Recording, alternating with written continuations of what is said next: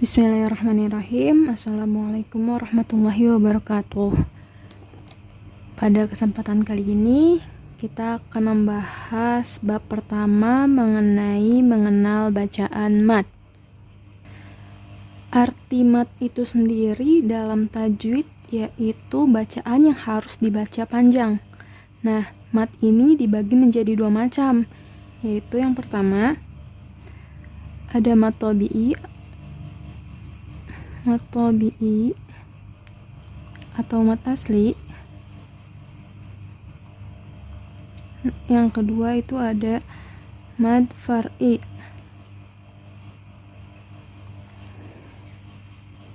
Nah, pada kali ini kita akan membahas mengenai mad tabi'i terlebih dahulu.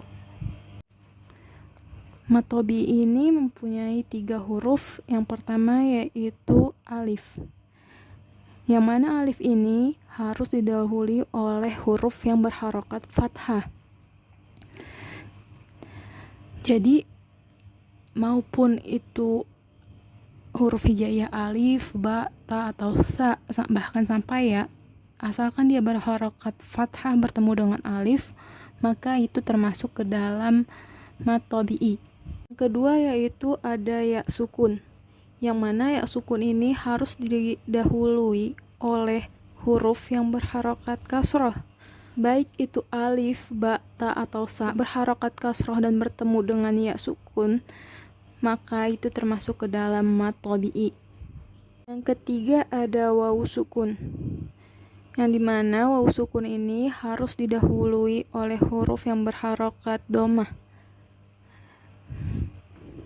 Jadi apapun itu huruf hijaiyahnya, jika dia berharokat dhammah kemudian bertemu dengan wawu sukun, maka itu termasuk ke dalam mad tabi'i.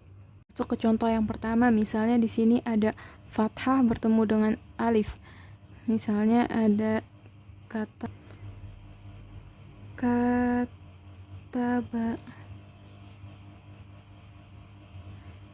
Nah, bisa diperhatikan baik-baik. Di sini ada fathah bertemu dengan alif, dan maka ini termasuk mad tabi'i. Nah, mana lagi? Ini ba berharokat fathah kemudian dia bertemu alif, maka dia juga termasuk ke dalam mad tabi'i. Yang kedua, pada kata atau pada kalimat hakama. Di sini ada huruf ha yang berharokat fathah kemudian bertemu dengan alif, maka ia termasuk ke dalam mad tabi'i. Kemudian contoh selanjutnya pada kasroh bertemu dengan ya sukun, misalnya pada kata hasiba.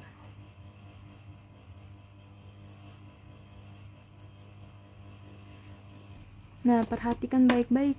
Di sini huruf sa-nya berharokat kasroh kemudian bertemu kepada ya sukun, maka ini termasuk ke dalam mad tabi'i.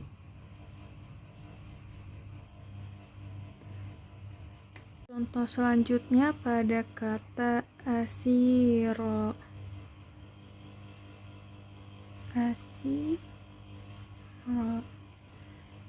Nah, bisa kita lihat di sini sa-nya sama berharokat kasroh, kemudian dia diikuti oleh ya yang berharokat sukun, maka ini juga sama termasuk ke dalam mad tabi'i.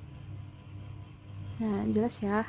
Jadi mau apapun itu, mau itu sa, mau itu to, mau itu zo, mau itu ro, jika itu berharokat kasroh kemudian ketemu ya sukun, maka itu termasuk ke dalam mad tabi'i.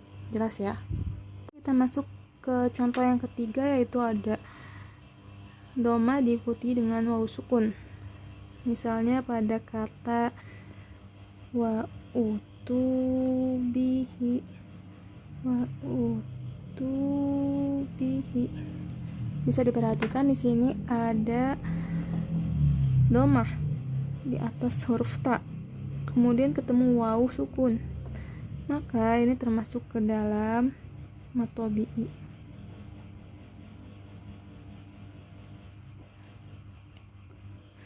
Kemudian contoh selanjutnya pada kata misalnya maudu'ah.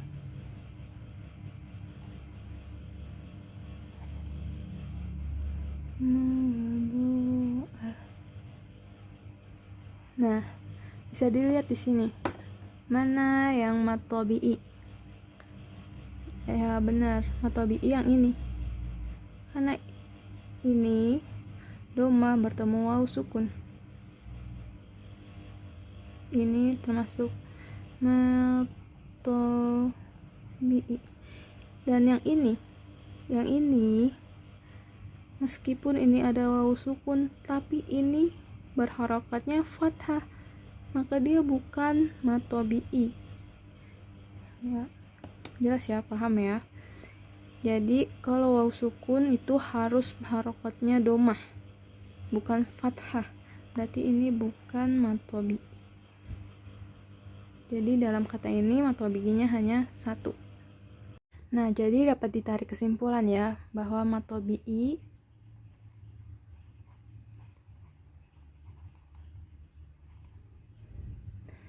yaitu ketika ada fathah bertemu dengan alif, kemudian ada kasrah bertemu dengan ya sukun, dan dhammah bertemu dengan waw sukun.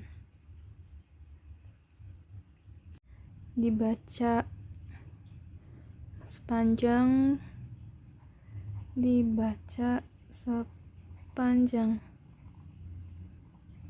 dua harokat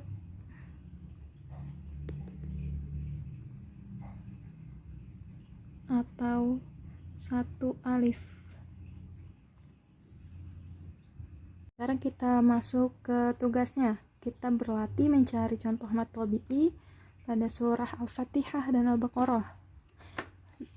Nah, perhatikan baik-baik ayat-ayatnya serta dipahami mad tabi'i tadi apa aja syarat-syarat dan apa aja ketentuannya. Misalnya pada ayat pertama surah Al-Fatihah. Di sini Bismillahirrahmanirrahim. Nah, sini mana nih yang mengandung hukum mad tabi'i?